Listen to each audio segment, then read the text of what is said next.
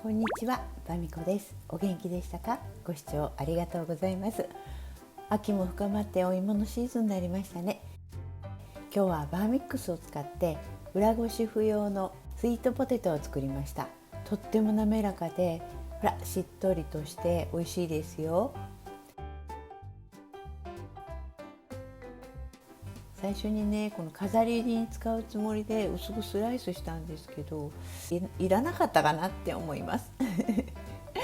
お芋さんは薄く皮を剥いてざっくりと乱切りにしておきます。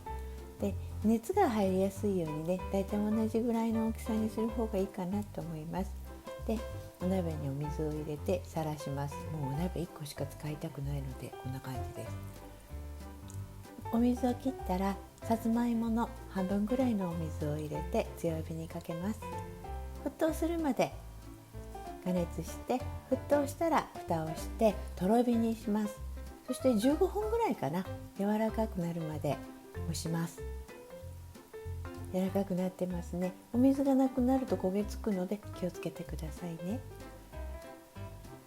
熱い間にバター、牛乳、そしてですね、大好きな練乳で、お好みでお砂糖を入れますが、ここではまずちょっとだけ牛乳を入れて、そして大好きな練乳投入します。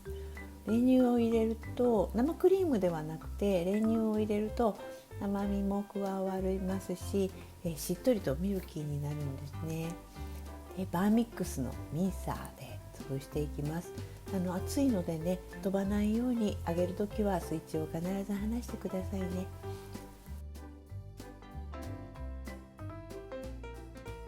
滑らかになりました。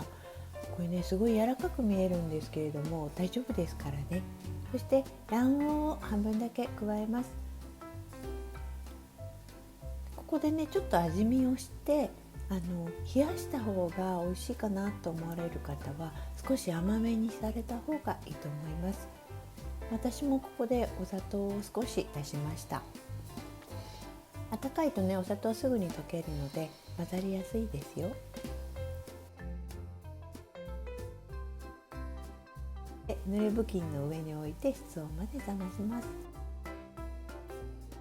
ほら、だいぶ硬くなったでしょ。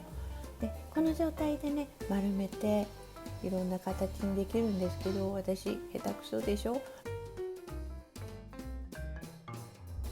結構ね、もうこの状態になると手にくっつかなくなるので丸めやすいですよ。お芋さんみたいにね、楕円形にするのもいいと思います。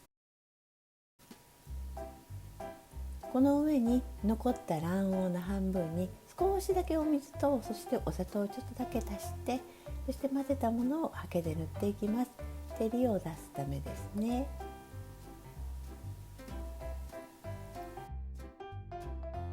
さっきスライスしたお芋さんにグラニュー糖をくっつけて、そしてちょっと甘いお札チップスみたいな感じにしたかったんですけど、ちょっとね、なくてもよかったかもしれません。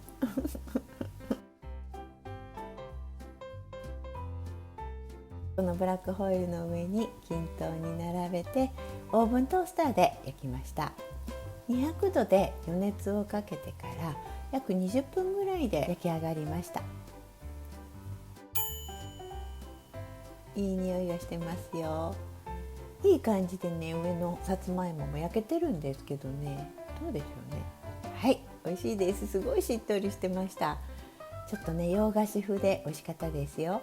よかったらやってみてください。最後までご視聴ありがとうございました。